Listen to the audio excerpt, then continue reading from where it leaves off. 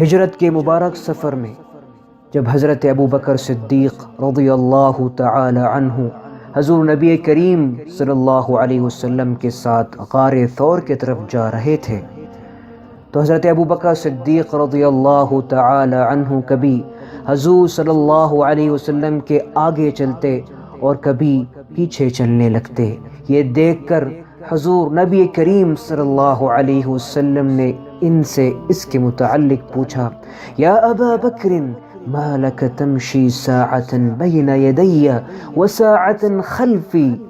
تو حضرت ابو بکر رضی اللہ تعالی عنہ نے جواب دیا، یا رسول اللہ، جب مجھے تلاش کرنے والوں کا خیال آتا ہے تو میں آپ صلی اللہ علیہ وسلم کے پیچھے ہو جاتا ہوں، اور جب گھات میں بیٹھے ہوئے دشمنوں کا خیال آتا ہے تو آگے آگے چلنے لگتا ہوں کہ کہیں کوئی آپ کو تکلیف نہ پہنچائے۔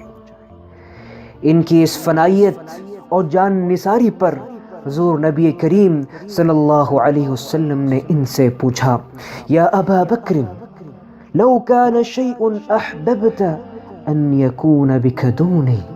ابو بکر، کیا اس سے تمہاری خواہش اور مقصد یہ ہے کہ اگر کوئی خطرہ اور ضرر ہو تو تمہیں پیش آئے اور میں اس سے محفوظ رہوں؟ صدیق اکبر رضی اللہ تعالی عنہ نے عرض کیا، یا رسول اللہ، رب ذوالجلال والاکرام کی قسم، میری یہی آرزو ہے۔ اللہ اکبر۔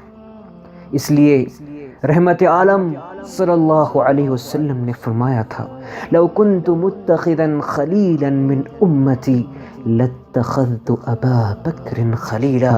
اگر میں اپنے رب کے سوا کسی اور کو خلیل بناتا تو ابو بکر کو بناتا۔